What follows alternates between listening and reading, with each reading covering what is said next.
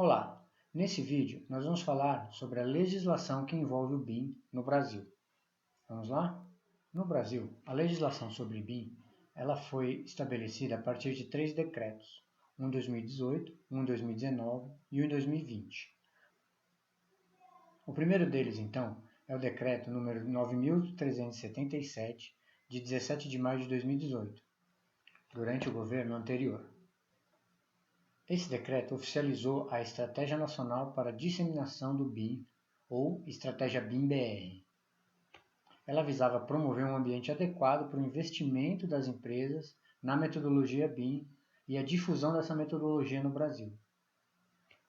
Na época, o então Ministério da Indústria, Comércio Exterior e Serviços, MDIC, publicou o documento Construção Inteligente, onde foram então detalhados os objetivos, as ações, as responsabilidades, as metas e os compromissos para a difusão do BIM no Brasil.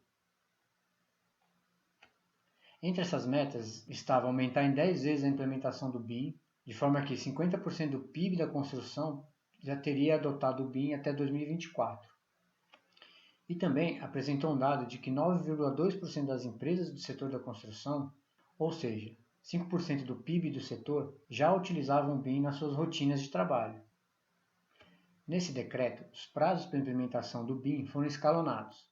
Então a ideia era que a partir de janeiro de 2021, a elaboração de modelos para arquitetura e engenharia já fosse feita em BIM, em estrutura hidráulica, mecânica e elétrica, para detecção de interferências, extração de quantitativos e geração de documentação gráfica a partir dos modelos, ou seja, um uso do BIM para projeto. A partir de janeiro de 2024, os modelos já deveriam contemplar algumas etapas que envolviam a obra, ou seja, planejamento da execução da obra, orçamentação, atualização dos modelos, como construído, no caso o as-built, ou seja, era o BIM aplicado à execução. Já em janeiro de 2028, a exigência era abranger todo o ciclo de vida da construção, considerando as atividades após obra, isso em construções novas, reformas, ampliações e reabilitações. Já deveria ser utilizado, então, no serviço de gerenciamento e manutenção do empreendimento, após a execução. Em 22 de agosto de 2019, foi publicado mais um decreto. Esse revogou o decreto anterior e mudou um pouco o processo de implementação do BIM e a atuação do governo nessa implementação. Ele instituiu, então, o Comitê Gestor da Estratégia BIM e estabeleceu a sua difusão no país. O comitê visa, então, gerenciar as ações necessárias para o alcance dos objetivos daquela estratégia BIM-BR que já tinha sido estabelecida, e também articular a estratégia com outras instâncias similares. O que mudou, então, entre um decreto e outro? Essa tabela mostra os pontos divergentes entre um decreto e outro, que são muito similares. Vamos ver.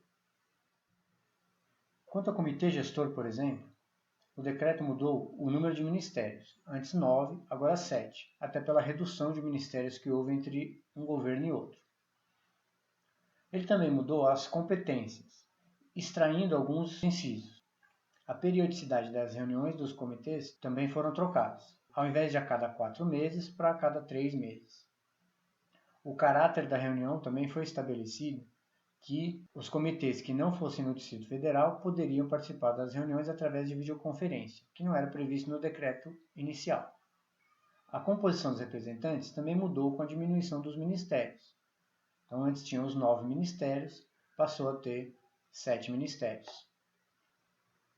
Também tiveram algumas pequenas mudanças nas funções dos grupos de trabalho, limitando o número de membros deles, tendo caráter temporário de duração não superior a 1 ano e também limitando para 5 operando simultaneamente.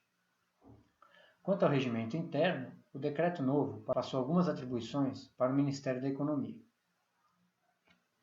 No geral, os dois decretos eram muito similares, apenas a gestão deles mudou um pouco, mas o conteúdo continuou o mesmo. Enfim, em abril desse ano, foi decretado mais um decreto, 10.306, de 2 de abril de 2020. Ele estabelecia então a utilização do BIM na execução direta ou indireta de obras e serviços realizados pelos órgãos públicos federais no âmbito da estratégia BIM. O que ele fez, na verdade, foi definir quem realmente deveria executar e como esses órgãos executariam a estratégia BIM a partir das datas já definidas. Ele então identificou os órgãos vinculados à ação. No Ministério da Defesa, o Exército, a Marinha e a Força Aérea. No Ministério da Infraestrutura, a Secretaria Nacional de Aviação Civil e o DENIT. Outra coisa importante desse decreto é que ele define alguns termos importantes para a padronização da estratégia BIM no Brasil, como Building Information Modeling, ciclo de vida da construção e modelo BIM, que são definições importantes para o marco legal da estratégia. Todos os decretos mantiveram aquela primeira estratégia desenhada em 2018, que é mostrada aqui nesse BIM-BR Roadmap, produto daquela primeira publicação que foi mostrada no início.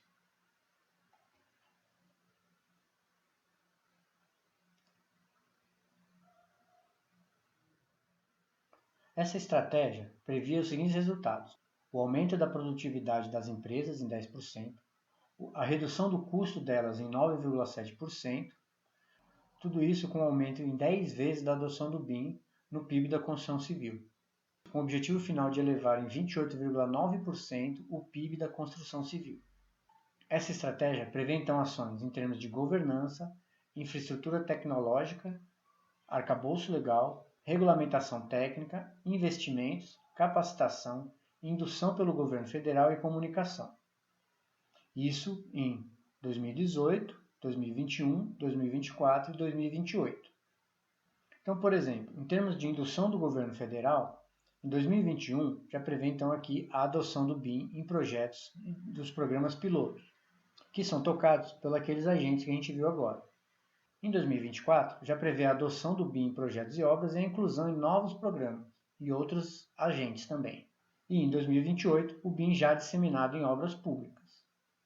Uma outra frente interessante é a infraestrutura tecnológica, que prevê ao longo desses anos aprimorar a infraestrutura de comunicação de dados em regiões estratégicas e soluções de TI às necessidades do uso do BIM, incentivando interoperabilidade por meio de padrões neutros.